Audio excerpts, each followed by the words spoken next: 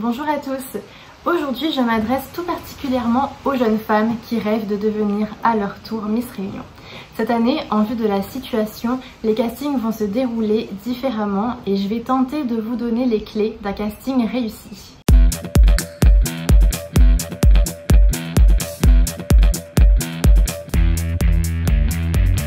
Souriante, intègre et sociable.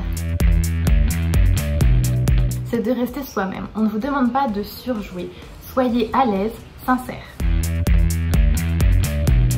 Je suis arrivée à la mairie de Saint-Pierre un peu en avance, accompagnée de mes parents, toujours. Du début à la fin, ils étaient là et je les remercie pour ça. Donc on était toutes assises dans une grande salle et Monsieur Aziz Patel a pris la parole en premier pour nous expliquer ce qu'il attendait de nous. Ensuite, Morgane Soukramanian, Miss Réunion 2018, nous a montré à quel endroit et comment on devait défiler.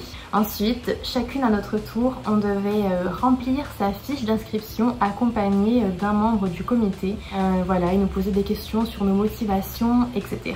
Puis vint le fameux moment du défilé en maillot de bain. Alors je me souviens qu'à ce moment-là, c'était particulièrement stressant puisque nous devions défiler sans musique devant les journalistes, les photographes, les membres du comité et puis toutes les personnes présentes dans la salle. Dernière étape de ce casting, les mensurations. Et oui, puisque l'un des critères c'est de mesurer au moins 1,70 m, donc il fallait passer par là.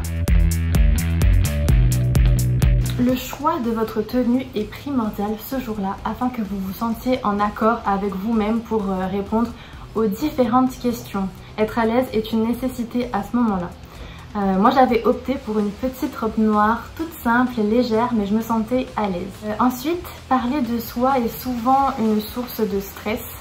Et il faudra rester naturel et surtout il faudra apprendre à gérer ce stress. Et je pense que la meilleure façon d'y arriver, c'est de s'amuser. Prenez plaisir et vous verrez, c'est une aventure incroyable. Ne pas être soi-même, jouer un rôle, cela pourrait vous porter préjudice. Ensuite, il faut impérativement éviter les retards. Une Miss doit être ponctuelle. L'aventure Miss Réunion m'a apporté beaucoup de choses, notamment de la confiance en moi. J'ai appris énormément sur moi-même, sur ce que je suis capable de faire, sur ce que j'aime ou au contraire ce que je n'aime pas. Cette année a été riche en découvertes, en rencontres, en voyages. C'est une vraie école de la vie que je ne regrette pas d'avoir connue.